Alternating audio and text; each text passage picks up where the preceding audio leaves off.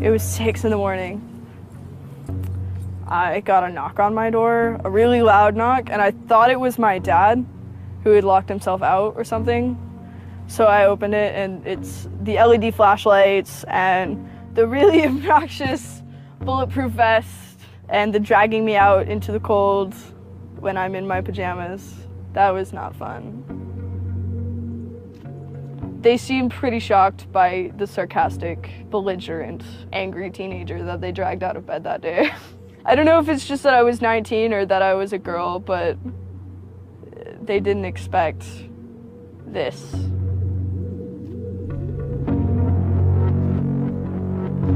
10,000 angry kids, whoever they are, they scared the shit out of some people those days. They scared the shit out of the powers that be. And that's why this is being investigated. That's why I'm under indictment. That's it.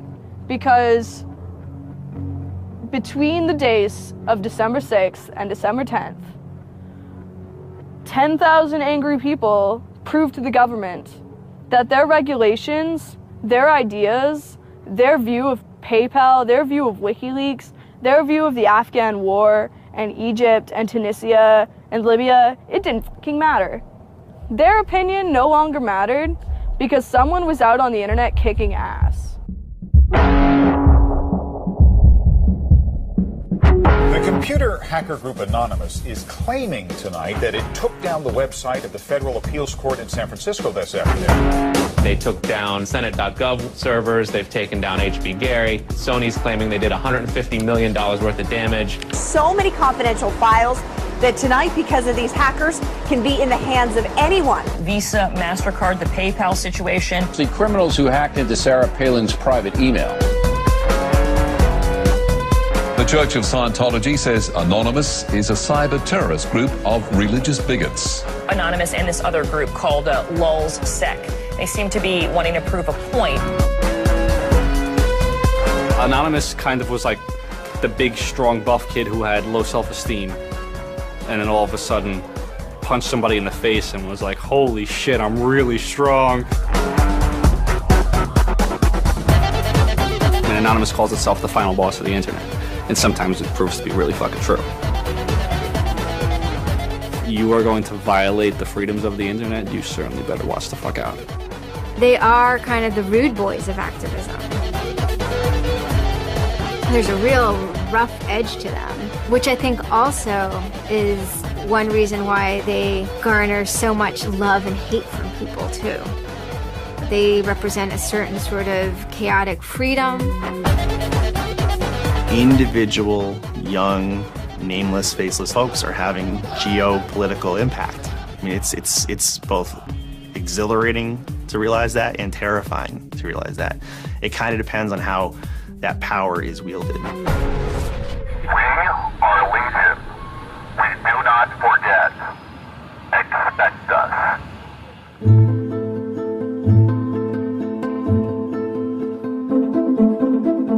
We stand for freedom. We stand for freedom of speech, the power of the people, the ability for them to protest against the government, to right wrongs. No censorship, especially online, but also in real life. We have members throughout society and all stratas of it worldwide. Yet we have no leadership. It's one voice. It's not individual voices. That's why we don't show our faces. That's why we don't give our names. We're speaking as one, and it's a collective. Good timing. I would love to live in a country where the government fears its citizens and not the other way around. But right now, plenty of anonymous actors are in hiding because of fear of reprisals by the government. I've been called many things. There's unpatriotic. That we're just a bunch of children sitting in our parents' basement. I got called a terrorist sympathizer. We've been called kids, we've been called cyberbullies, we've been called hooligans, and you know, sometimes those words aren't entirely unfair, but this is a serious political movement. No one, you know, in the general public really seems to get it. What they don't seem to get is that the ability for Anonymous to be everything and anything is its power. Anonymous is a series of relationships. Hundreds and hundreds of people who are very active in it and who have varying skill sets and who have varying issues they want to advance and who are collaborating in different ways each day. They're a little bit like a prism or kaleidoscope. They've got many different facets and many different sides. Of course, when you spend enough time with them, you start to get a sort of feel or texture that's not just random, right? Yet it's very multifaceted, very rich, which does span from the quite lighthearted to the very, very serious. Bob Dylan had a line in a song just saying, to live outside the law, you must be honest.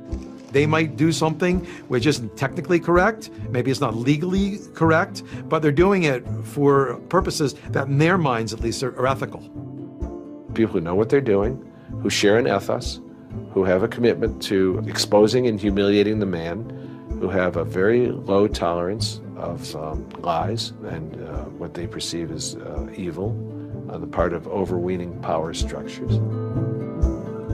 They share information, they share tools and techniques, and they are currently having a very good time. The hacker culture, as we know it, really sprang from one place. It was MIT, and it was specifically the people in the Model Railroad Club, the Tech Model Railroad Club. Hacking originated as humorous pranks.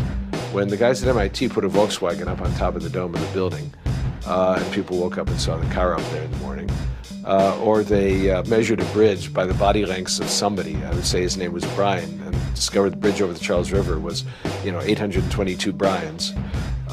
These are funny things. That's where hacking originated, and it migrated into engineering and computer communities. It's witty, it's pranks.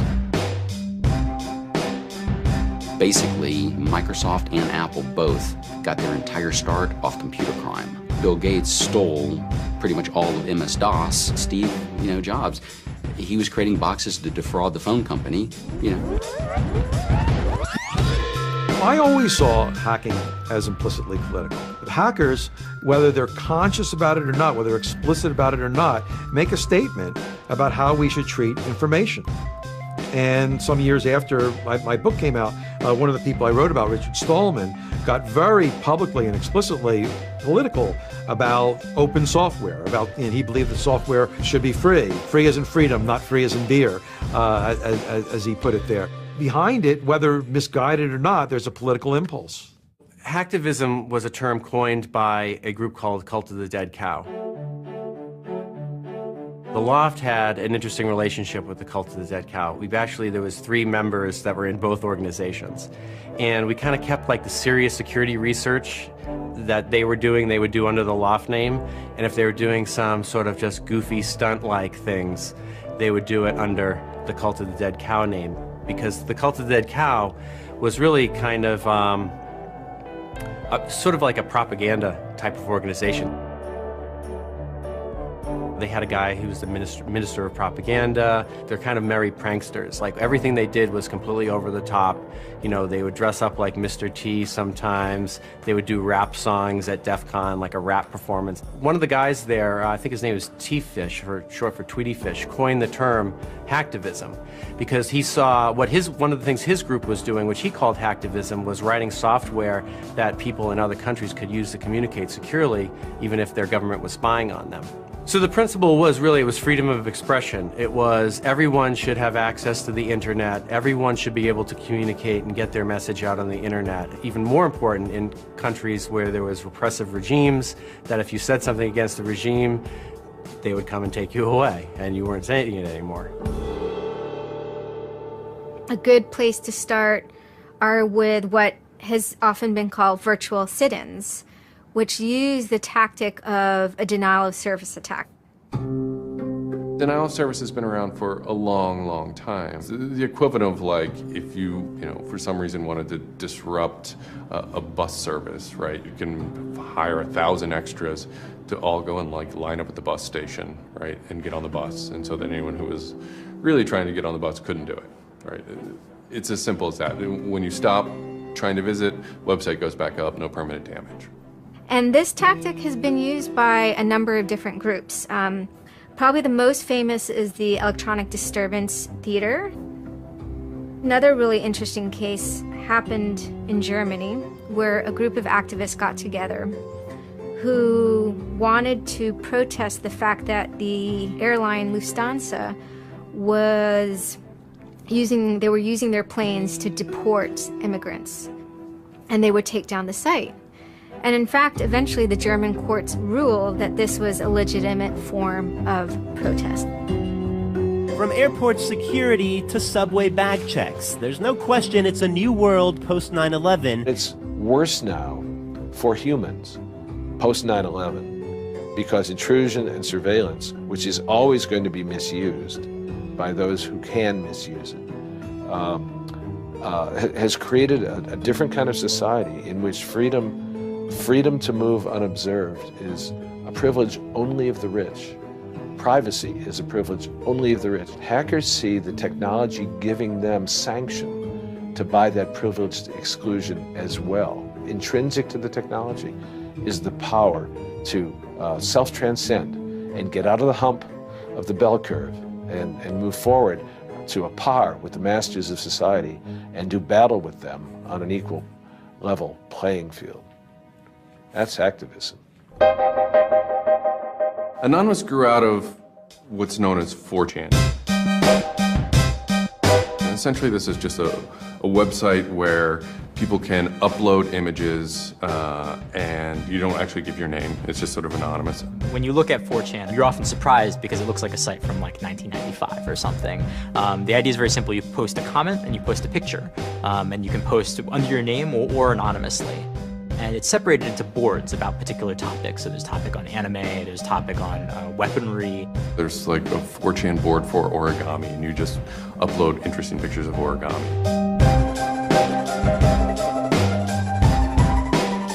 And then there was a group called the B board, which essentially was for like anything goes. The first time anybody goes on B, it's kind of an instant revulsion.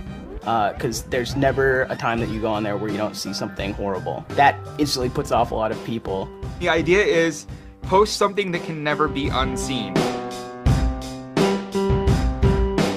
Half of the posts on B are there specifically to make people not want to come back to B. Have you ever read Lord of the Flies? 4chan, and especially B, is Lord of the Flies. Except some of them aren't 16 anymore, they're just allowed to act 16. It's what you get when people are allowed to express themselves with absolutely no restriction whatsoever. It's the kind of sum of human imagination when people can get together and think together without any limits or parameters. It's the most vile, disgusting, and funny thing on the internet.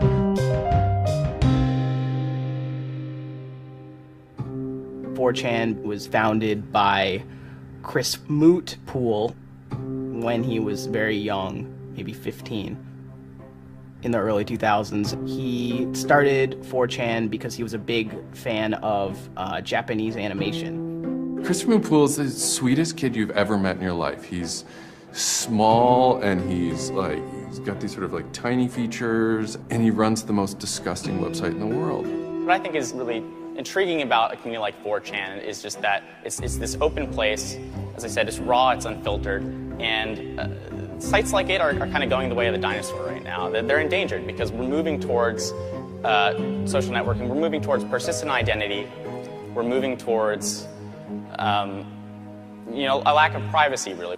The B board, that's the exact opposite of Facebook. Facebook, like, you're supposed to be like who you are, and there's sort of one model, which is that like you're friends with people, right? In 4chan, you're totally anonymous nobody. And anonymous speech is, a lot of it's ugly, but not all of it is, right? It is actually sort of a place where people can be honest. One of the important things about 4chan is to have a thread that really explodes and lasts for a long time. If it doesn't, then it disappears. It's a site that's not archived. So it creates conditions for anything that grabs attention at some level. And so humor and grotesqueness as a result are quite good for that. I'd rather just be referred to as anonymous, I guess, in any interviews, because I have some docs out on me. 4chan's just where I went to. I grew up on it and I lived there. That's just what I did for fun. It takes a thick skin to enjoy it. But, you know, as long as you're not offended, you'll occasionally come into something really cool or really creative on 4chan. I think the most interesting thing about it is how you can watch memes evolve. You'll see something posted one day, and then a week later it's got 50,000 derivatives of it. A meme is basically just an idea.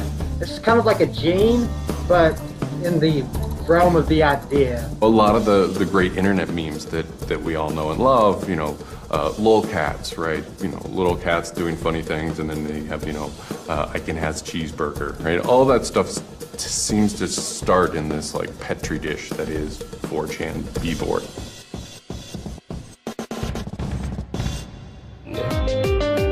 Say it publicly and your insane chocolate rain. Name any meme from the last about 6 years, and I'll bet you either in its first posting ever was on 4chan, or at least one of its earliest revisions that became what it was on 4chan. I can see the food situation is so we'll be on our way. It's basically the best breeding ground for internet culture, as far as I'm concerned. With your neighborhood insurance rates, chocolate rain. 4chan is also very known for acts of trolling. Trolling is a fucking art. Trolling is getting the person you're talking to get as pissed off as they possibly can, and for no reason except for your own enjoyment. Maybe you're trying to illustrate a point, but it's mostly for your own enjoyment.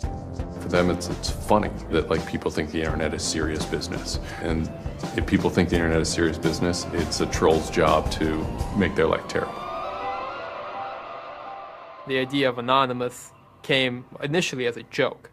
I mean, somebody suggested that what if the whole site, what if 4chan, what if B was just one person? And what if that's just one guy called Anonymous sitting somewhere and you're just reading all these posts by one guy? And it kind of looked like that from the outsider's perspective. I mean, there's no way to tell the difference. It might as well be one guy. Fox News did a very famous segment about it. They call themselves anonymous. They are hackers on steroids, treating the web like a real-life video game, sacking websites, invading MySpace accounts, disrupting innocent people's lives. And if you fight back, watch out. Destroy. Die. Attack. Threats from a gang of computer hackers calling themselves Anonymous. I've had 7 different passwords and they've got them all so far. Anonymous hacked his site and plastered it with gay sex pictures. His girlfriend left him. She thought that I was cheating on her with guys. As long as I can think back, Anonymous have done some pretty off-color things in the name of getting cheap laughs, you know. But, I mean, that's part of the culture. They get what they call lulz. Lulz is a corruption of LOL, which stands for laugh out loud. Anonymous gets big lulz from pulling random pranks.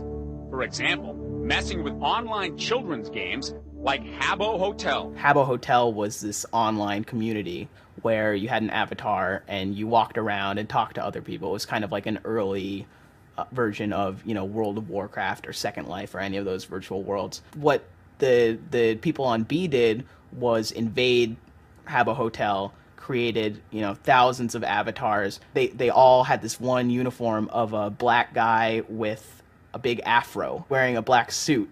And so there would be thousands of these people, black guys, black suit, you know, huge afro, walking around this world, and they would do things like form a swastika out of themselves.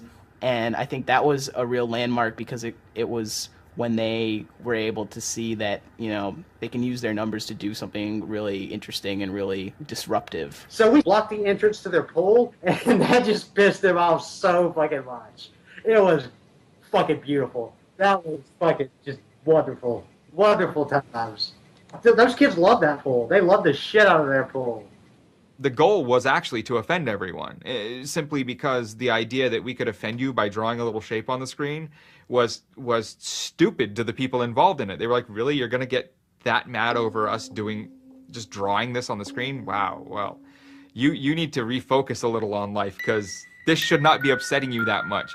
Barrett Brown. I'm the director of Project PM and former operative with Anonymous. We were targeting furries, which are a subculture of people, of course, who, a lot of people on 4chan find irritating by virtue of their being irritating. A furry is someone, generally a male who's autistic in his 20s, who identifies with animals and oftentimes has sexual attraction to other people dressed as animals. There's diaper furs, furs who enjoyed wearing diapers, baby furs who enjoyed thinking themselves as a baby. We had furry infiltrators, people trying, we had secret groups. Mine was called the Illuminati /I/Illuminati, and we were, our goal was to wreak as much havoc as possible because it was stupid. There's a point, when I was, otherwise, seemingly respectable writer, 2007. My first book had come out like that, but I spent my evenings on Second Life, that big, virtual world, riding around in a virtual spaceship with the words "faggery daggery do" written on it, wearing afros and dropping virtual bombs on little villages at concerts and waving giant penises around. And that was the most fun time I've ever had in my life. All these different organizations online, whether it's 4chan, or just any website, there's typically a community aspect to it. This is where people have their social relationships. This is where their friends are. This is where they have a creative outlet. And so all those aspects are going into groups like Anonymous, where people feel like they're part of a bigger thing and they're able to express themselves within that group. There were certain words, certain phrases, certain ways people respond to things, certain images that were posted that created a pattern, and that pattern was, I guess, the origin of what is now Anonymous. It's like Freemasons with a sense of humor, and so much as they have this common symbology, and one of their chief joys, which is kind of wrapped up in power and secrecy, was the fact that they could recognize each other by referencing these symbols, referencing these phrases. Over 9,000. It's over 9,000! I lost my iPod. Mudkips, anything involving mudkips. So you have this weird sort of international culture developing with people, across the world, wherever they may be. In late 06 and, into early 07, there's a bit of a sea change where instead of just posting a bunch of content or randomly saying we're going to go over to some website and post a bunch of dirty comments against someone, it becomes a little more organized. Welcome to the Hal Turner Show. They went after a guy named Hal Turner. I am being discriminated against because I'm white. Hal Turner was a neo-Nazi who was, big online and had a podcast. I think that the 14th Amendment was not ratified properly, and I think, therefore, it is still okay to have Negroes as slaves in America. The first time I heard about Hal Turner is he was knocking somebody on 4chan. He was just being a major dick to a relatively known user. And for the fun of it, we started trolling him. And then I guess we kind of figured we had a moral high ground, which allowed us to get people on our side. But he was a fucking neo-Nazi. That's not okay to be in modern society. You're not allowed to do that. And there's a million neo-Nazis out there. But he started picking on our dudes, so we had to go to our dude's fucking defense. And it just so happened that he was a neo-Nazi, so that's a bigger reason that he's a fucking dickface. I'm like, yeah, screw that racist son of a bitch. Let's do this, So I joined in, and I made some of the phone calls, and, I played around on the chat thing on his website and posted in the threads and whatnot. Who are you? Where are you calling from?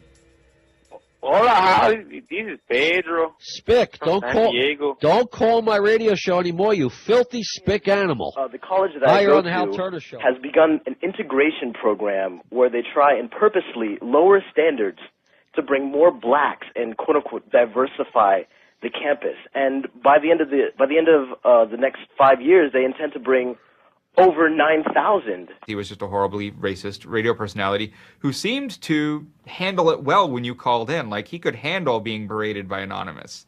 And that made it very interesting. It made it a bit of a challenge. It wasn't some guy who just either crumbled or stopped answering the phone. It was a guy who would yell back. I don't see where you're going with this. Where I'm going is, I believe Barack Obama is genetically incapable of exercising the power necessary to govern the most complicated nation on earth. That's where I'm going with this. And I think part of the reason he's incapable of doing it is because of racial genetic inferiority. Is that clear enough for you? No, you changed the subject again. Wait a second, you asked Hal Turner me... wasn't the first, like, actual person that, Anonymous had caused trouble for, but the circumstances ended up being significant. They DDoS'd his website, stuff like that, costing him thousands of dollars, bandwidth fees. We DDoSed him, which is overflowing his server with packets and fake information. And then we kind of trolled him in real life. We sent countless pizzas to his house. We signed him up for escorts on Craigslist. We sent a bunch of pallets of industrial materials to his house, which he ultimately had to foot the bill for. And basically we destroyed his ability to pay for his radio show, and that took him off the internet.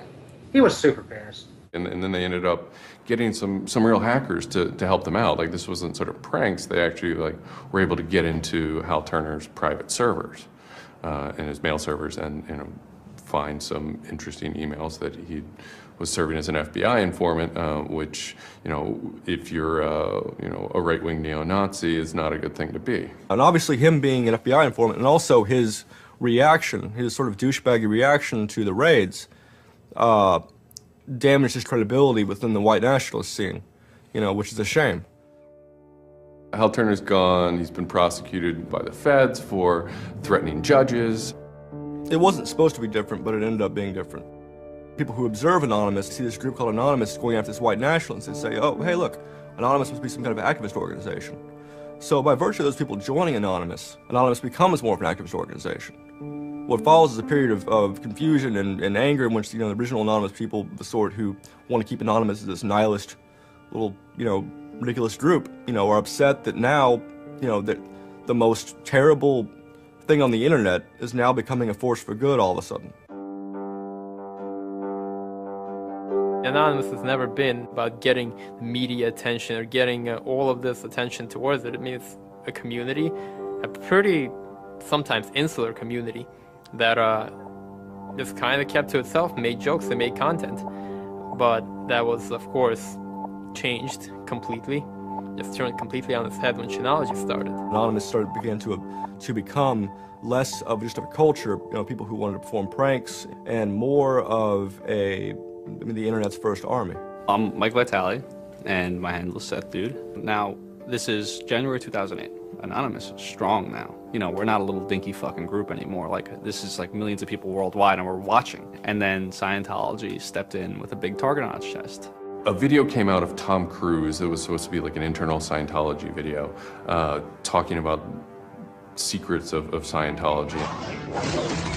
Being a Scientologist, when you drive past an accident, it's not like anyone else. As you drive past, you know you have to do something about it because you know you're the only one that can really help. It talks about you're the only one who can stop, bad things from happening. And so this is kind of widely mocked online. It circulated like wildfire. There's nothing part of the way for me. It's just... Because people found it humorous and goofy. And the Church of Scientology went into their legal mode, and they threatened websites with lawsuits if they didn't pull down the video. Instantly, the Scientologists post a DMCA, Digital Millennium Copyright Act. And this is a way that if you own content, you can go to video sites, upload sites, and have your content pulled when someone uploads it illegally. Scientology's always at odds with the internet, always trying to legally bully people out of fucking them over on the internet. They always did that. And then here they are trying it again, but you know what? Anonymous saw that, and they said, oh, you guys just fucked around badly. You're trying to censor our internet. Are you trying to take a joke away from Anonymous? You don't do that. What these people did, in this case, is Greg Hausch and these other people, was they decided, we can probably harness Anonymous in this case and target Scientology. A few Anons, a few people on 4chan posted, hey, we should grab that video and post it on a few other sites. And I was one of the people in that thread talking about it. And we got the original source of the video by reaching out to the person behind the accounts and everything. We start posting it. The surprising thing was how fast they were DMCAing them on every site. It looked to us like they must have direct contact with the lawyers and the team who actually pulls videos at all of these sites. It was minutes and these things were falling down. We're like, holy crap, that's messed up. So what followed was this term called the Barbra Streisand effect. And this video as they're attempting to suppress it, went everywhere. Like, everywhere you look on the internet, you were gonna stumble upon this video.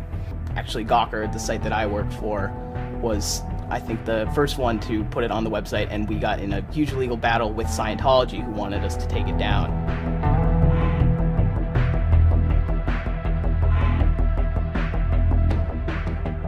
A guy joins the channel, and he says, you should all look at Gawker. So we go over to Gawker, and the strangest thing has happened.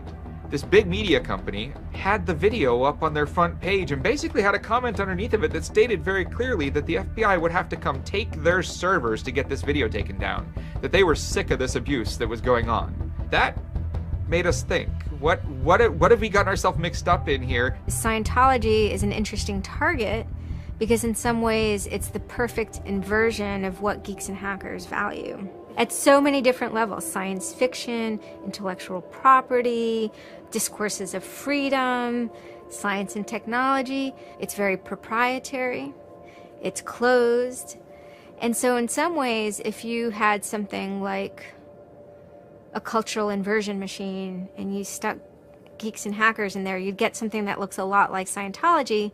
So it's quite offensive, and there's a real pleasure in attacking your perfect nemesis. We're just such polar opposites, with them being secretive and us hating secrets, and them being so inclusive and us being, anybody could say they're anonymous, and most importantly, how fucking self-important they were. They thought they were fucking untouchable.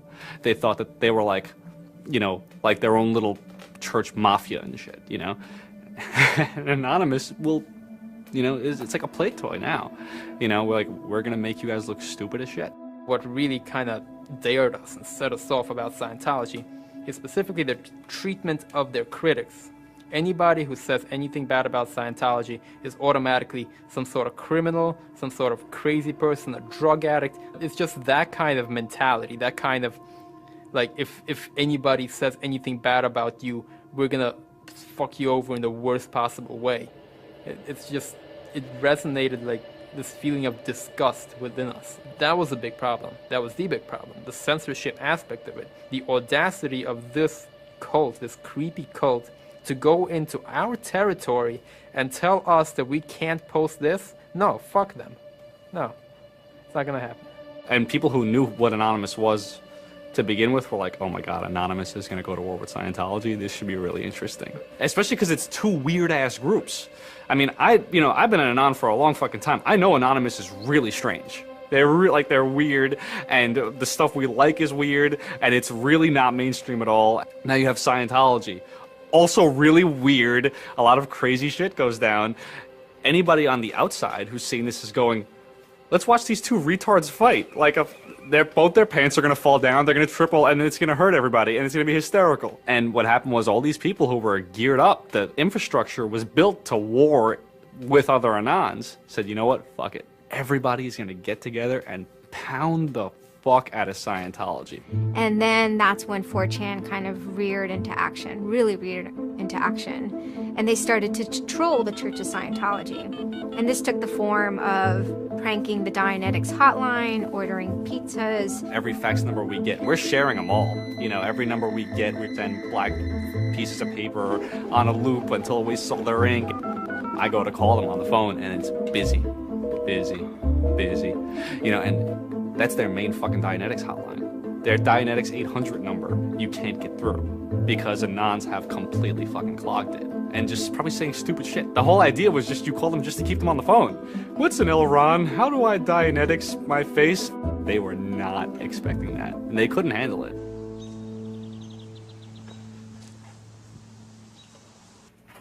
I'm Brian Mettenbrink.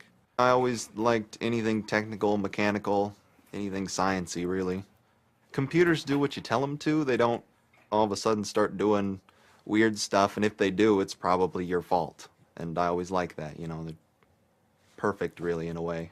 I had just gone to 4chan just on pure happenstance, and I saw a post about the Scientology thing, and I started looking up stuff, and I'm like, oh, this is actually for a decent cause. I think I'll, do this. You started seeing all the stuff in B, and I saw the stuff in B then. Everyone's going to DDoS Scientology. Everyone's going to bandwidth rape them. Anonymous members have developed a distributed denial of service attack tool called low orbit ion cannon, which is taken from a computer game. Low orbit ion cannon is what's called an end game weapon in Red Alert. All you had to do was literally follow instructions step by step. I downloaded a program that's free and legal for anyone to download and use. And I followed the instructions and I typed in www.scientology.org and I pushed go. And what it does is it tells Scientology.org, in this case, it tells them to send their website to my computer about, I think it was 800,000 times in a weekend. And I'm pretty sure I probably took it down myself a couple of times. This tool is low orbit ion cannon, sometimes referred to as LOIC. I am actually not breaking any laws by using this tool against my own computer, 127.0.0.1, which is a non-routable address. But of course, if I were to have attacked one of those other bigger sites out there, I would have severely been breaking the law and would have been doing it in a way that was quite easy to track. You do it, you put in the site, you see that the IP is correct, you make sure that all these settings are good, and you hit the button. And off it goes. It felt like you were making a difference. You know, just you yourself. And you didn't even have to leave your home, you know. You just sat at your computer and followed instructions and stood up for what you believe in, so to speak. You made your say in the world, and hopefully it turns out better for it. Yeah, that was some really crazy stuff to watch. To be sitting there in front of a monitor and you have just information just flying in front of you, and it's this unseeable internet war. And one of the guys said, we need to make a video. We have to make a video. Hello, leaders of Scientology. We are anonymous. When the video came out on January 21st, that was one of the first times that Anonymous, as a culture, started referring to itself as Anonymous as a movement, and declared that it was going to take down and destroy the Church of Scientology. That video probably changed everything. Knowledge is free. We are anonymous. We are legion. We do not forgive. We do not forget. Expect us. It basically looked like if a computer was going to tell you that he was going to beat the shit out of you, this is what it would look like. That one video really galvanized that moment of innovation. That's exactly like with that video, internet activism as it's known today was born. What the video was saying was, it's over. You're not going to be able to follow people back to their house anymore with impunity. You're not going to be able to just issue a cease and desist letter to any reporter who wants to write some shit about you that you don't like. You know, that's done with. Every time you do that, Anonymous is going to hit you harder. So we made a video named Call to Arms that said, we're going to the streets. Every major city of the world has a Scientology building. Be very wary of the 10th of February.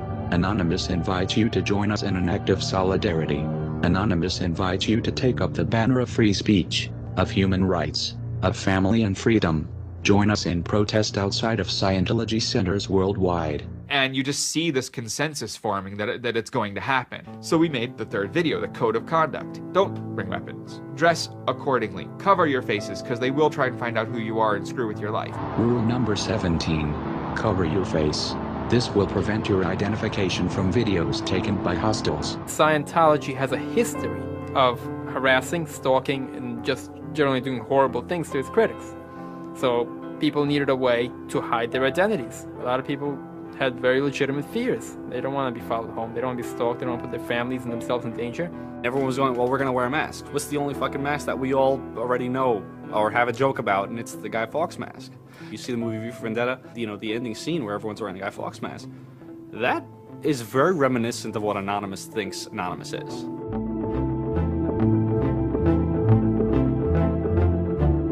We wanted to represent anonymity in some way when it moved into real life.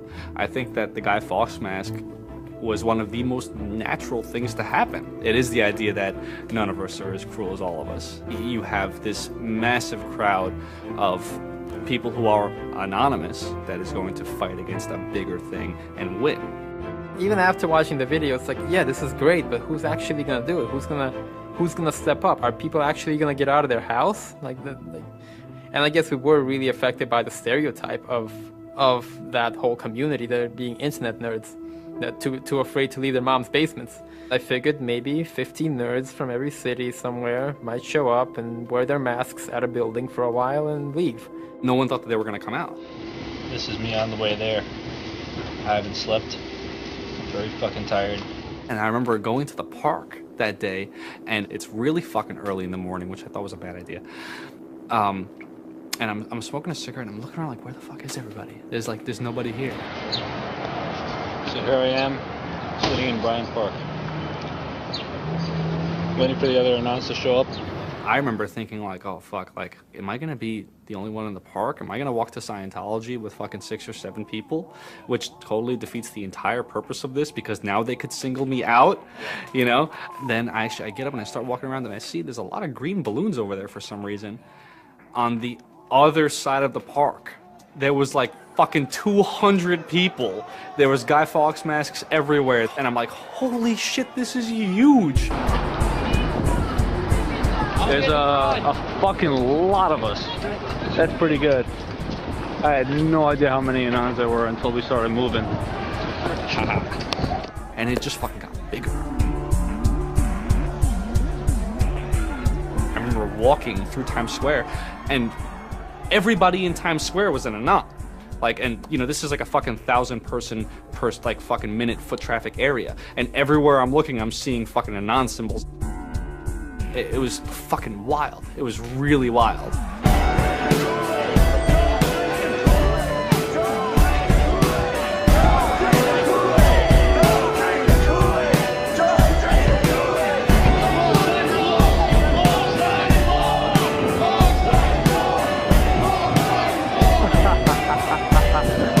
This is our fucking race. Hell yeah! So we start getting numbers in. And Sydney. We're thinking that it's going to be 50 people. And before 10 a.m., before even time, there's already 50 people there. And there's still streams of people walking down the street. A couple hours into it, you know, because I didn't go to bed until 1 in the morning, you know, you're looking at Sydney as, wow, there's 250 people in Sydney. The cops are estimating higher than that for their reports. What just happened? Adelaide, Perth, and Melbourne happened. And, you know, over 200 at each of them. We nearly broke 1,000 leaving Australia. Now, the next protest was Tel Aviv, which had actually gotten its first Scientology building a week before this. There were Palestinians and Israelis at this protest, both holding their flags, and at one point they actually switched flags and held up each other's flags and whatnot. It was awesome to see. I call our guy in London, Britanon, and I say, hey, what's going on there? And he's like, did you just get out of bed? I said, yeah, I haven't even turned on the computer. I just figured I'd call you. And he said, we've got 600 people, and the cops are really, really mad at me. All the major cities were having hundreds of people come out. It's massive. Clearwater had like 300 people. I don't think anyone beat out LA. I think LA had over 1,000 people. We are Legion! We are Legion! The thing that happened was something completely different, and hundreds of people from every city just swarmed the streets. It was kind of overwhelming, a little even scary, but scary in a good way. Soon, you know, we're at around the 10,000 mark, you know, and we were joking the whole time, over 9,000, you know, one of those memes. It was too surreal. It was not believable. You go by what name? We are Anonymous. It was very empowering, especially after people saw the thousands of people showing up. This was it. We owned the world at that point. You've got lolcats, and you've got rickrolling. You've got all these other things that Anonymous has been involved in. Then, you know, take us a month later, and, you know, 10,000 people were just in the streets. And in every major country in the world, in every major city in the world. And what the hell just happened? What changed? You know, who flipped the switch? The world looked very different to me at that point. We all met each other. The idea of an Anon is you're fucking alone until you get to 4chan, you know, and then these people all think like you know, and all of a sudden you're not alone. You are with fucking 500 others, you know, they all know the same jokes as you. They all clearly have similar interests as you. Here's your culture. You meet your own people finally. immediately you felt like you were at home. If you were an anon, you were at home. We all like spent years in the same place, looking at the same pictures, laughing at the same jokes. You know, we pretty much were already friends, even though we've never ever met. It was very happy. It's perhaps a little surprising. It's not just preteens or teenagers. There's a far more even mix of males and females than you would imagine otherwise. Everyone always figured Anonymous was a very male, thing, but it wasn't like that at all, There's some fucking hot girls come through. Like, there's some really, you'd be surprised. And there were a lot of these so-called guys who weren't socially good. They were very awkward. They still lived at home at 23, half of them virgins. And I'll tell you, the amount of those people who got laid from these protests happening is in the thousands that would not have for years probably. That's why those protests were so important. It was a chance to finally meet other people that were previously anonymous and unknown, and hence it was the moment of the end of their anonymity. Scientology, they kind of fought back, so to speak. They posted stuff online. While claiming they are peaceful, in less than 3 weeks, anonymous members made or encouraged 8,139 harassing or threatening phone calls, 3.6 million malicious emails, 141 million hits against church websites, 10 acts of vandalism, 22 bomb threats, and 8 death threats against members and officials of the Church of Scientology. They basically antagonized, really, is what they did, which is really one of the things they're great at. They wanted to find me. They did. They hired PIs. They started taking pictures of us, threatening to sue us. People were getting followed. People were getting followed home. It'd be a regular thing for someone to say, oh, I had to lose someone on the subway. I saw someone from the Scientology Center and they were following me. They would follow us to our houses, try to intimidate us, send us cease and desist letters. They had a PI hand deliver a cease and desist letter from a very expensive lawyer. It was a double message there. It was a, hey, we know where you live and we know your name and here's something from our lawyer. Just these old tactics that they used to fight the activism they faced before the internet were completely ineffective against Chanology. Most of the people who received them actually framed them and put them on their wall. I've seen multiple of them framed and put on the wall. Mine's sitting in my closet somewhere in a box. They don't care to actually use the legal system to get you thrown in jail. They care to use the legal system to get you to stop. I did the whole low orbit ion cannon stuff, and then I pretty much just went about my life after that for probably, I think it's 6 months, and then the FBI showed up here at my parents' house where I wasn't, looking for me. 2 men got out of the car and took Flashed took their jackets off and laid their guns on the front seat and came up to ask us if Brian was home and explained that they were the FBI and they were looking for Brian, and I've never been so scared. And then my parents directed them to where I was living, and they showed up and said, I'd like to have a friendly conversation with you, and I had the worst friendly conversation of my life. And we sat down at my dining room table, and they just started asking me questions, and I'm trying to figure out what they're here for, because I have no idea. And they eventually started asking me questions about Anonymous. I was scared to death. I mean, my son is looking at 5 years in jail and a $100,000 fine. I had no idea that it was any sort of this big of a crime to do what I did. I thought it was the kind of slap on a wrist, $200 fine type crime. So I actually told them that I did it at that point. Then it went from there. But yeah, I would have never ever believed that the maximum punishment for this was 5 years in prison. It was a very eye-opening experience. I had a little bit of trouble accepting it, knowing that I could go to prison for 5 years. Knowing that I would be in prison from age 20 to 25 for this, you know, I thought that was a little bit extreme. I tell people it would be different if they drank and drove and killed somebody. But he didn't do that. It's hard to deal with, harder to deal with, because he didn't do that. He just pushed a button on his computer, and as he explained it to me at the time, it was like pushing the refresh button over and over and over and over 800,000 times. And it seems like such a little thing. I did the second most damage is what Scientology said. I sent the second most out of everybody. So I got the maximum for my category, which was 1 year in prison and 1 year supervised release. I think, you know, the way I feel is for what I did was one of the most, like, lopsided punishments I've ever, like, read about or heard of. Yeah, I think it's ridiculous, especially the year supervised release where I can't touch a computer for a year. I'm not sure what that's supposed to solve, except make my life difficult. So that computer behind me back there, I could go back to prison if I went over and touched it. I can't knowingly associate with members of Anonymous.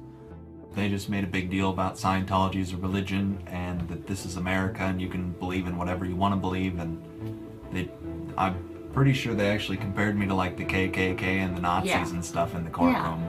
Yeah, it's a completely different issue. I'm very proud of what he did. He stood up for what he believed in, but that was never ever mentioned. I never would even dream of hurting anybody.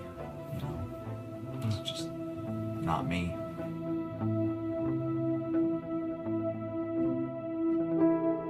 Prior to Anonymous, critics of the church still had to be very, very careful because of the aggressive lawsuits that were launched against academics, journalists, and other critics.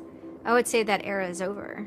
And Anonymous, more than any other sort of intervention, is probably responsible for that change. This actually caused a decent rift in Anonymous. There was one big group, significant group of people who would say, this Chinology stuff, it's cancer, it's awful, it's bad, it's just bringing attention to us that we don't want. The trolling isn't happening, we're not getting our jollies. Like, now this is all really serious and moral and somber, and like, well, you know, that's not what I signed up for, that kind of thing. And then there are the people who were on the other side who are going, well, I only signed up for the serious and somber. You guys, go away. This is, you know, and, you know, there became this very fierce clash of ideologies, and it was alien to us. They decided, in their own words, which I was privy to because it was told to me, stop ruining our bad name. So to make Anonymous look bad, they go off and they post animated GIFs, animated images to epilepsy forums that are black and white, just strobing really quickly. So any of the epilepsy people on these support forums see it and they fall off their chairs, you know, in seizure. You start hearing this term moral fag. If you're not out there making epileptics have seizures, then you're doing it wrong. So you're a moral fag. Which is what I am, a moral fag. Those who want to use Anonymous as, you know, as a tool for good in some sense. Rather than just doing what we used to do, which is distribute video games. One Anon said it well once. There is no leader. Their ops have momentary leaders, de facto leaders. I like to describe this with the picture of a bird swarm. Everybody's flying very, very quiet. Suddenly one bird flies into the other direction and the mass fly into the same direction following that person. It's totally okay to say, I'm sorry, I don't take part. When Chinology was running full force, it was like a kid stretching for the first time and actually seeing the real power. It's the teenage period, actually, trying, Operation Pitstorm. Operation Titstorm. Australia over the past couple of years has been relatively malignant in their attitude towards internet freedom compared to other Western countries. A guy named Tux wanted to attack the Australian government in retaliation for upcoming internet censorship laws. And one of them involved banning pornography with women with small breasts for some reason. So that was the first time that Anonymous went up against the government. When they DDoS'd and took down several government sites, it was the first time that Anonymous was going up against a state. If you had asked me all throughout 2008 and most of 2009, is the politics of Anonymous always going to be sutured and hinged to the Church of Scientology? I would have said yes.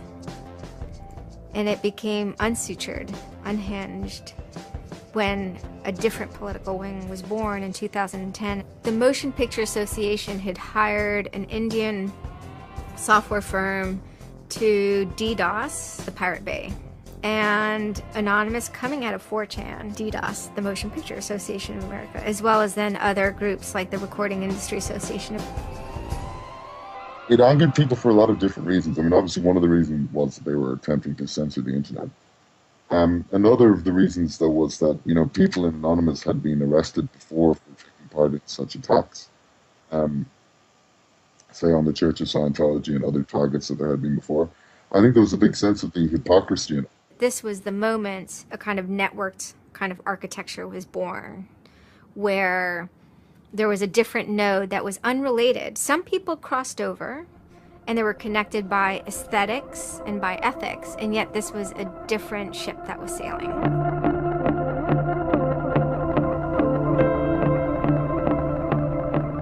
It is our task to find secret, abusive plans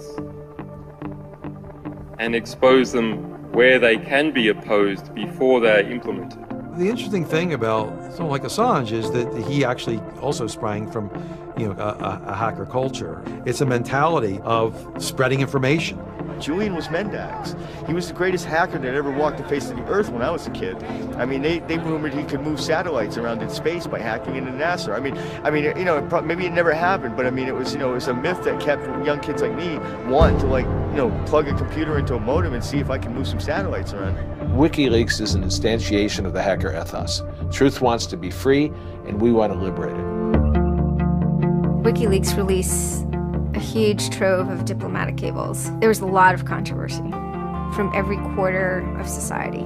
The WikiLeaks website released nearly 400,000 secret U.S. files on the Iraq War late today. It was the largest leak of classified U.S. files in history. The diplomatic cables show the U.S. is spying on its allies. Lots of things which were understood in private and may have been not even talked about explicitly. Suddenly they're out there in the cold light of day, and it's going to make some governments and some individuals very uncomfortable. He was showing the world a glimpse of how, you know, the powerful elite actually work.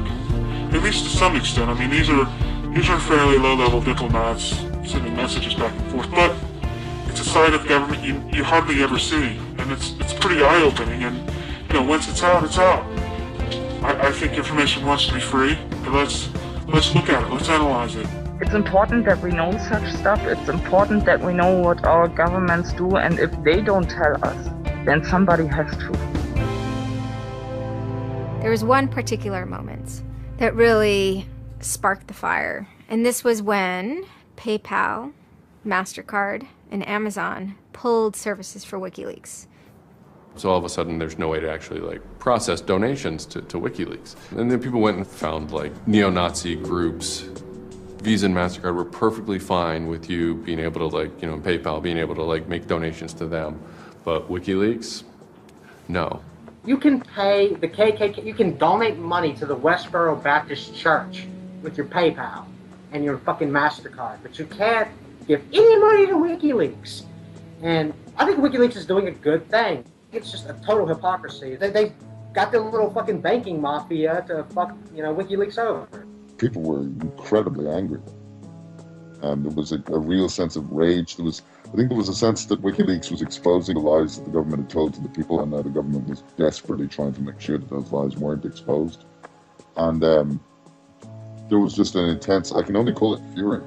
If you're a hacker, it's one of those John F. Kennedy was shot moments, not to actually compare it to that, but it's one of those moments you always remember exactly where you were when you heard it. I mean, I just really never dreamed that they would have the audacity.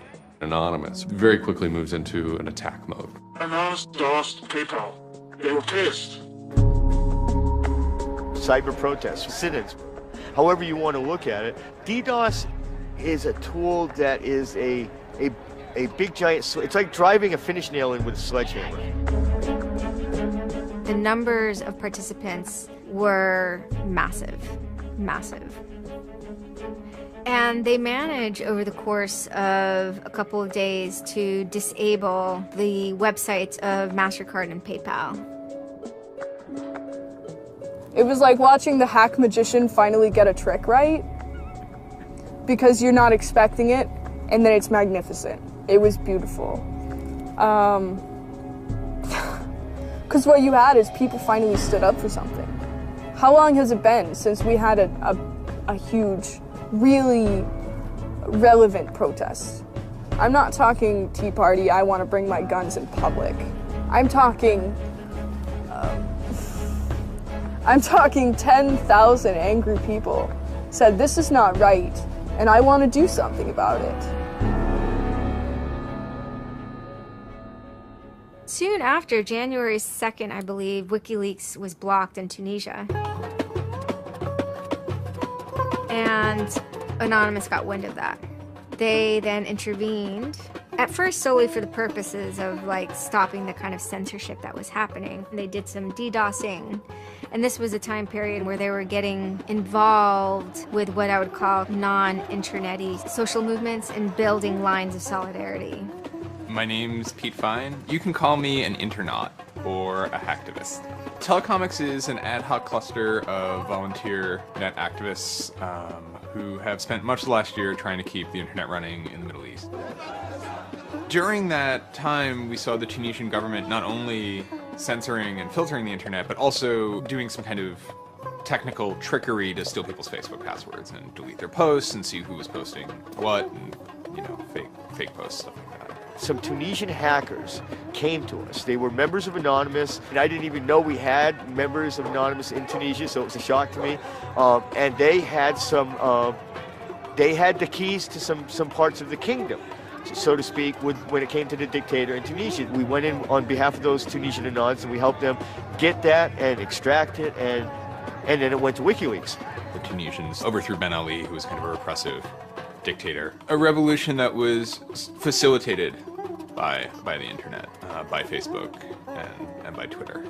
Not caused by it. I mean, 50 years of dictatorship has caused the Arab Spring. But the internet has certainly been helping. There's a video where they are thanking us for being involved, holding up a map saying we were the only one who stood by their side.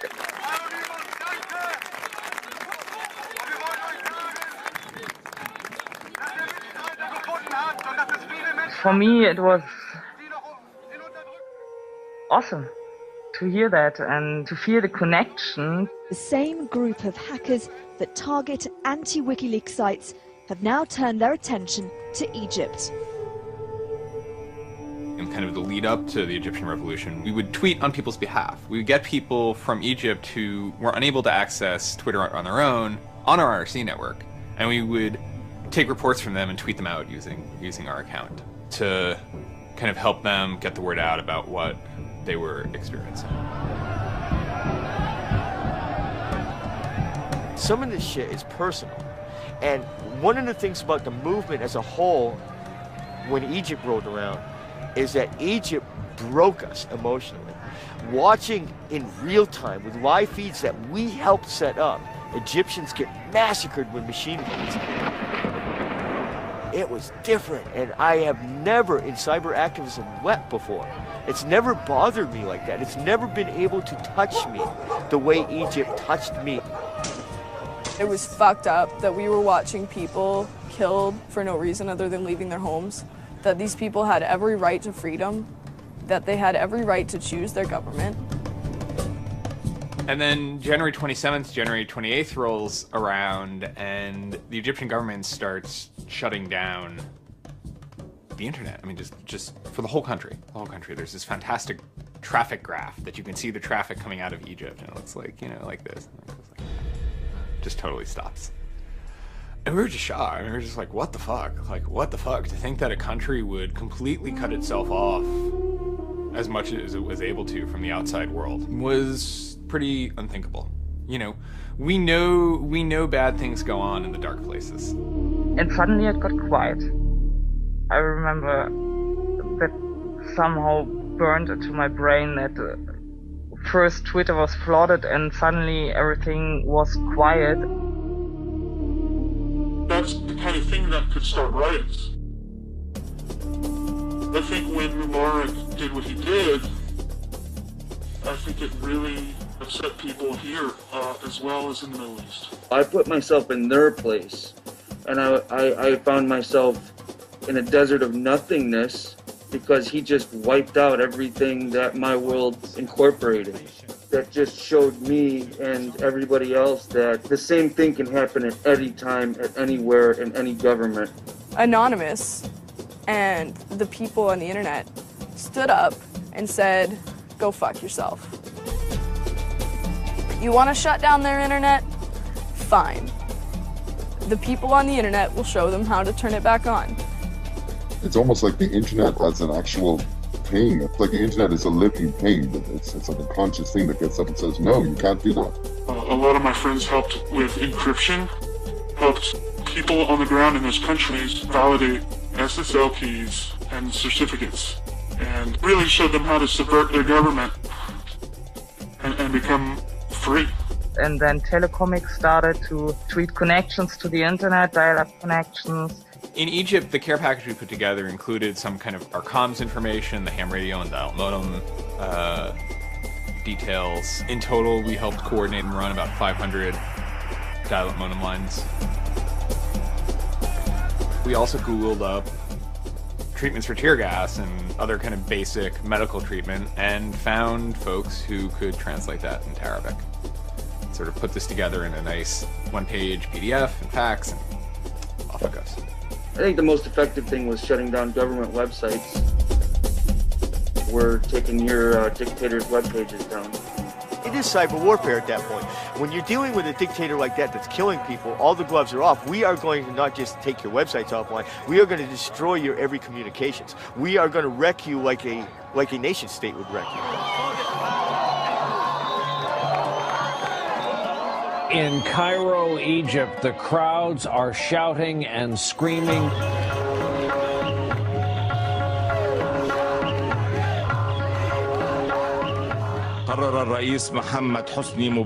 President Hosni Mubarak has decided to step down from the office of President of the Republic.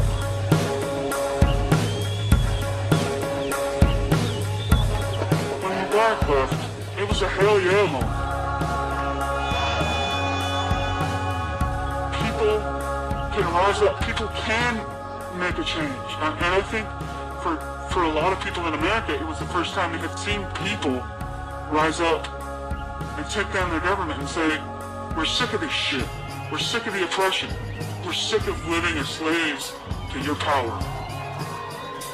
We had Egyptians come thank us as we're doing this stuff, and I said to them, like, look, you guys just get our back if stuff goes down here. Although it was awesome and it was one part we were fighting for me it was quite clear that it's not the end of the story. That it's not suddenly changing into rainbows and nine cats or whatever, but that we now have to watch even more. The FBI is now investigating Anonymous, a loose collection of rogue, tech-savvy hackers credited with bringing down the websites of MasterCard and Visa last December. So there were 40 raids back then. They seized computers, cell phones, those kind of technical apparatus, sometimes including in the case of, a 19-year-old girl lived with their family, they took her parents' stuff too. There's always been a sort of cat and mouse dynamic, not just in relation to the feds, but also to these sort of groups that have appointed themselves as guardians of the Republic, and there's groups called like Backtrace Security, which is made up of a couple of deranged people who, I think for personal reasons, have grievances against Anonymous. I've been threatened by people who are former Secret Service agents who now run private security companies. Suddenly, on February 5th, a Financial Times article comes out that we all see. It's quoting this guy named Aaron Barr, who's the CEO of HP Gary Federal, which is an intelligence contractor. And Aaron Barr is telling his Financial Times journalist, Joseph Min, that he's been secretly monitoring the AnonOps server where all this is going on, and has done so for several weeks, and using his own custom brand of information operations techniques, has managed to identify the alleged leadership of Anonymous, including 25, quote, lieutenants, unquote, of some sort. We have to see this document. Everyone wants to know. We don't need to destroy him. We don't need to destroy his company. We just need to see the document, and we'll decide what comes next after looking at the document. So they get it. It was unbelievably easy to get into that network. And my name was on there as a screen name, and Greg Hausch was listed there by a screen name. The fact of the matter is, what he told Financial Times was everything he told them was demonstrably untrue, and very much hilariously so. He had to be shut up. It had to be proven to the world that this guy was a retard and that his information was in no way valid. Now, to put that in hacker terms, Anonymous is a hornet's nest, and Barr said, "I'm gonna stick my penis in that thing." In a mere 24 hours, he was owned, pwned completely by a small group of participants who basically went on a hacking rampage. Faster than you can say, "Get these hornets off my penis." Anonymous took down Barr's website, stole his emails, deleted the company's backup data, trashed his Twitter account, and remotely wiped his iPad.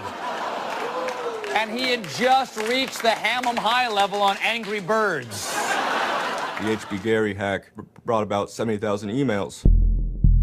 Probably the most important ones had to do with a proposal that HB Gary had already formulated. It was packaged up as a nice PowerPoint presentation, kind of act as privatized agent provocateurs, where they were going to discredit WikiLeaks.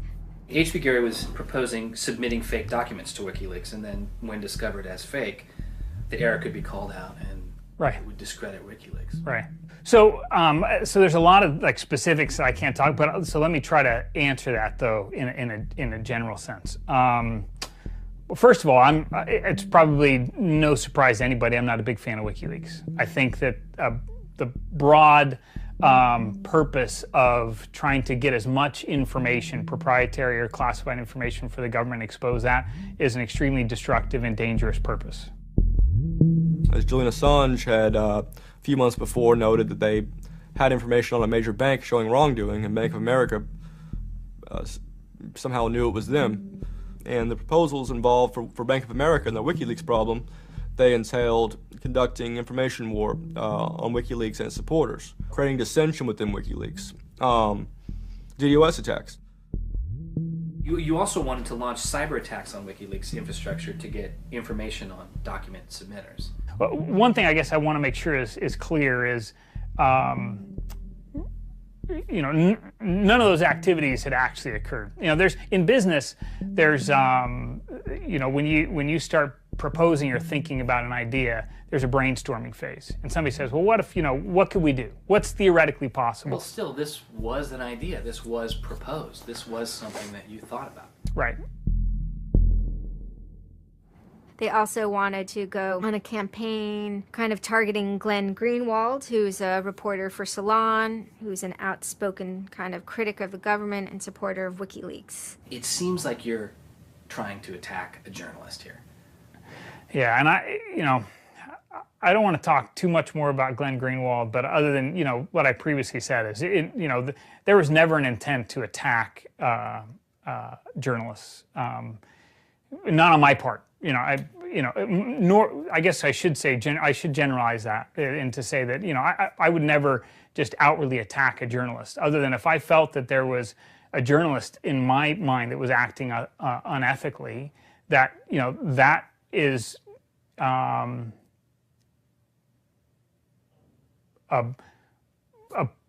that's a fair game for having a public discussion about. They were walking a very fine ethical line at points, and in many cases, the mass opinion is, no, they stepped well past it. I will not support broad theft of information released to the public, because that's nothing but destructive. if somebody has information that's been stolen from them, and whether or not WikiLeaks encouraged the theft of that, or whether or not it was just put in their lap, still they're threatening to release the information that is the private property of another organization. So your choices are to just allow that to happen, or to try to stop it. How offensive is too offensive? We've certainly seen a lot of strategy coming out of governments across the world now saying, publicly admitting that they need to develop better offensive strategies in cybersecurity, because defense as a whole, it isn't enough. It never is enough. Some of the most important things that have had the most far-reaching influence and have been the most important in terms of what's been discovered, not just by Anonymous, but by the media in the aftermath, is the result of hacking. That information can't be obtained by the traditional journalistic process, or it can't be obtained or won't be obtained by a congressional committee or a federal oversight committee. For the most part, that information has to be, obtained by hackers. After this had happened, although only a small number of people had participated, the collective mood was exuberance within Anonymous. It was a kind of moment of the lulls being recharged, which people were excited about because people felt like the lulls had been running low during the Middle Eastern protests. And so it was a moment of great triumphalism within Anonymous. Anonymous is currently targeting Sony's website. We are doing this because Sony is currently suing people for making features the PlayStation originally had available to the public. It started off as a denial of service attacks, but then someone really broke into the PlayStation network and stole all the user accounts and all the credit card information. Sony has confirmed that hackers broke into its PlayStation network, exposing the personal information of up to 77 million users worldwide. Anonymous basically bent Sony over and had their way with them, and the consumers were the ones that also got hurt in the process. 2 months of people not being able to use the PlayStations, that actually had real hardcore end-user impact. If they break into a site and they pull back customer information, do they really need to disclose 100,000 customers? No. What they're doing could be done a lot better. And when I say better, I mean better for the end user, for the customers, while still making a point. And then, kind of seemingly out of the blue, there was something by the name LulzSec that sailed into the seas. Well, LulzSec, it's sort of a group of a couple people, mostly from Anonymous, who, large part of the same people who hacked HB Gary. And they decided to form this little group and just carry on operations sort of outside the purview of Anonymous for a while. They hacked whatever they wanted, they released whatever they wanted. It's almost like they had no rules. They just said, this is what we're going to do. We're going to stir up the cart. We're going to get some trouble. We're going to make some waves. And they did. What they did was they put on a play. Not high arts, not lowbrow either. It wasn't particularly, let's just say, grotesque. Their symbol was a kind of cartoon caricature of the Monopoly man with a monocle and a cigarette. There was a lot of iconography of boats and ships, pirate motifs, and then, of course, a cat. Chaos and mayhem. Right now, it's probably one of the right things to do. Some of the things LulzSec did in the court of public opinion were less noble. Private citizens were being doxxed, or the credit card numbers that could have been redacted. You could still make your point without actually, giving up people's personal details. So the court of public opinion swayed that LulzSec had crossed lines that maybe the previous manifestations had not.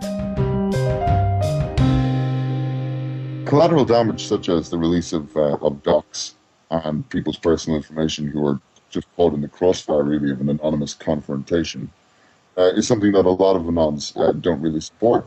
There was a lot of, infighting about it because their way, wasn't really our way. We will not attack the media.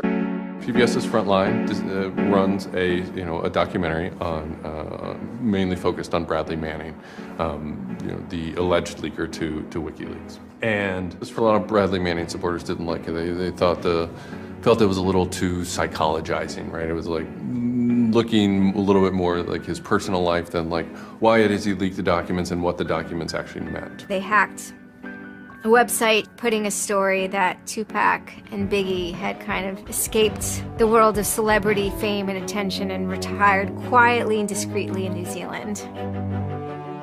Also, when they attacked PBS, you know, that gave me the creeps, you know. As a journalist, I'm not too thrilled with the idea of someone judging that we don't like you to write that. We don't like your reporting, so we're going to shut down your website. I'm uncomfortable with that. It could be me, and I could be writing something about a group that they didn't like. And, you know, hey, I'm happy to sit and talk with them about it, but, you know, don't shut my website down. This is obviously about freedom of speech, so attacking the press would be would sort of be a bit of a contradiction. So people always said, well, we shouldn't do that. And obviously LulzSec had a completely different agenda, so they had no problem doing it. They sort of saw themselves as going out there, breaking into like anything, everything, governments, corporations, police departments, largely for the same reasons Anonymous would. You know, they went after Arizona for immigration policy, 50-day run, causing mayhem, havoc, and then, you know, ended it. The computer hacking group Lulz Security has announced it's disbanding, saying it had achieved its mission to disrupt government and corporate organizations for fun. I call this whole thing the rise of the chaotic actor. It's not like the first time we've had hacktivism, but we're definitely seeing like a renaissance in it. And chaotic could be chaotic good, neutral, or evil. You know, if you go back to the old Dungeons and Dragons charts. And some people see Anon-Ops initially, let's stick with Anonymous, as chaotic good. They saw Operation Payback, or they saw attacking Scientology, and they say that's good. It's like Robin Hood, right? Chaotic good. Outside the system, but doing something good.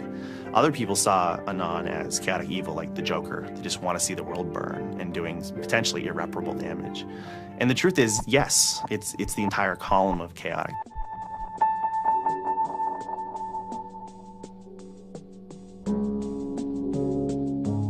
"16 people were arrested today, but dozens of FBI agents targeted alleged members of the loose-knit hacking group.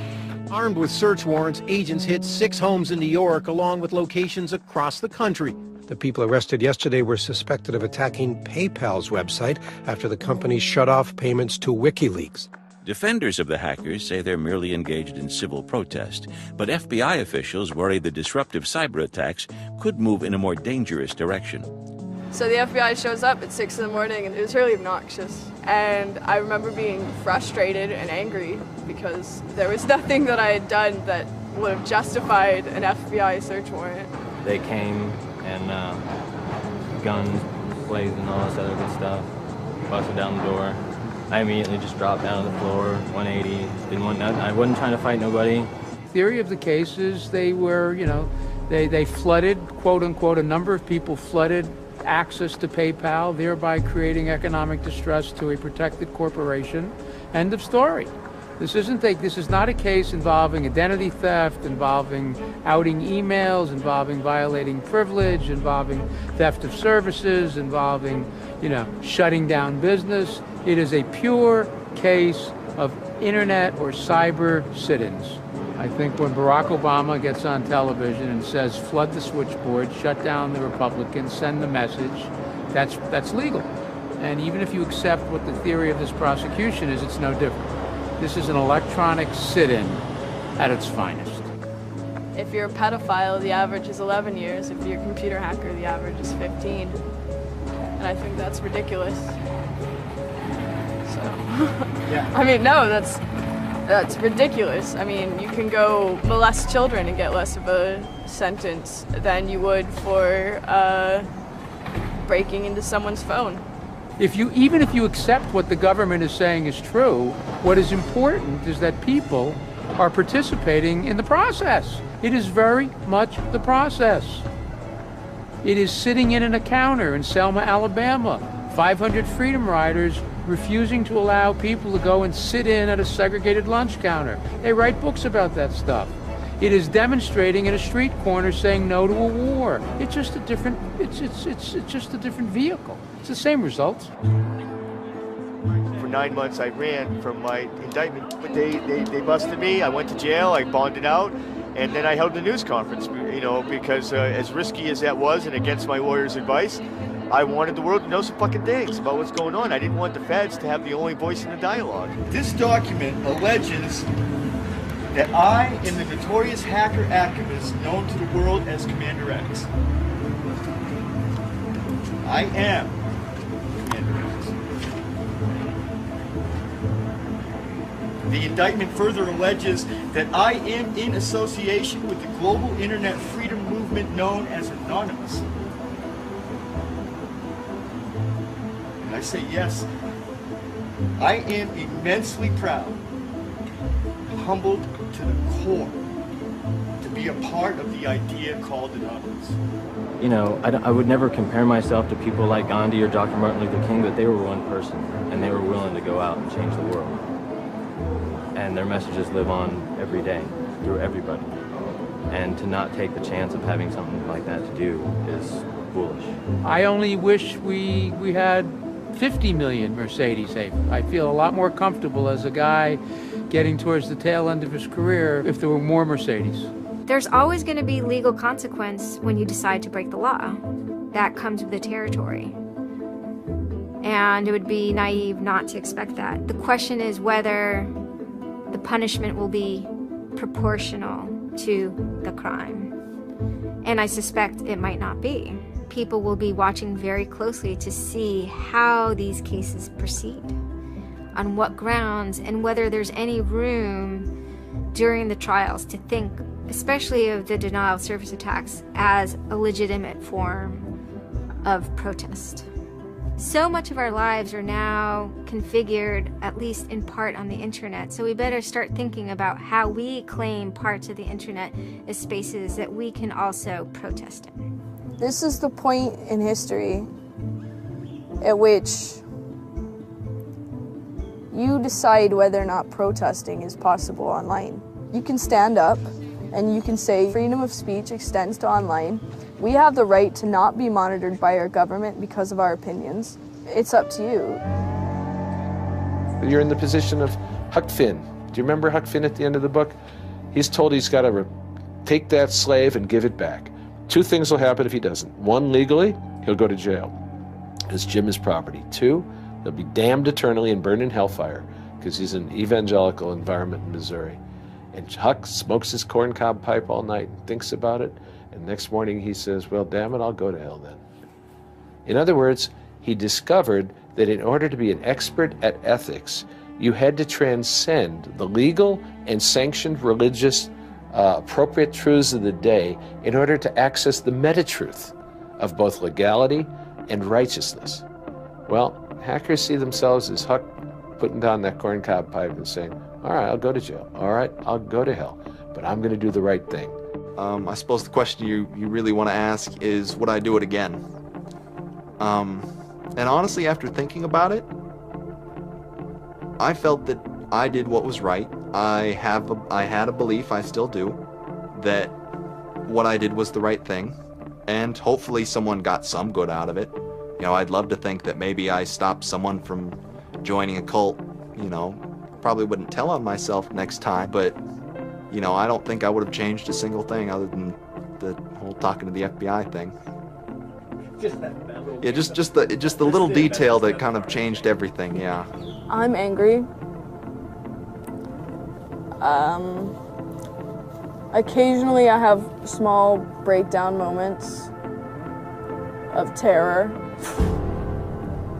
but I haven't stopped believing what I believed. I haven't stopped wanting to fight. I haven't stopped caring.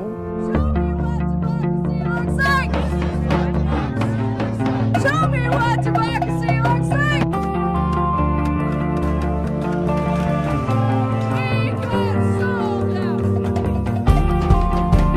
I don't think this whole issue is a technical hacking thing. This is more about human philosophy and psychology.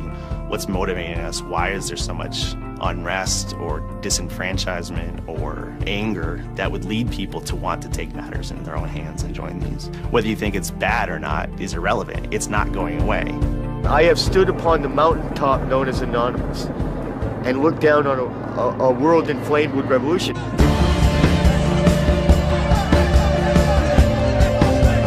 What can you say? Your spine tingles when you're at the cusp of history. When you're surfing, the waves of history, your spine tingles.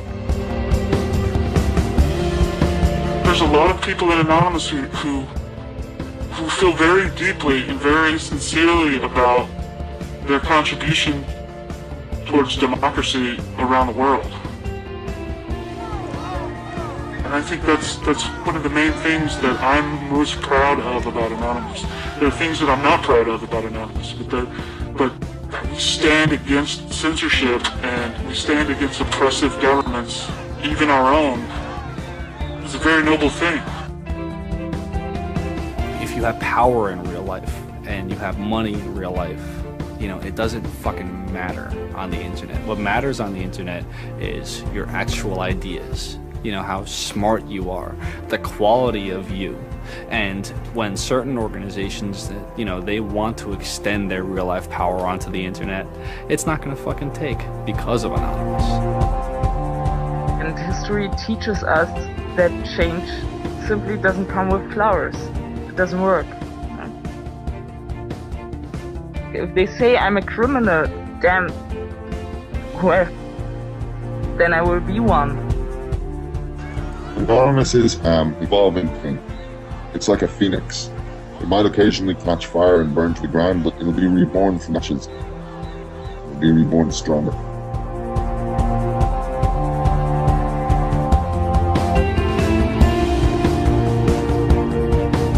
I don't care if you're a Democrat or a Republican or an independent, or if you like Ron Paul, or if you worship pigeons or Scientology, or if you're Catholic or atheist or Methodist. I don't care about that. Your opinion matters. I don't care if I disagree with it. I don't care if I hate your guts. Your opinion matters.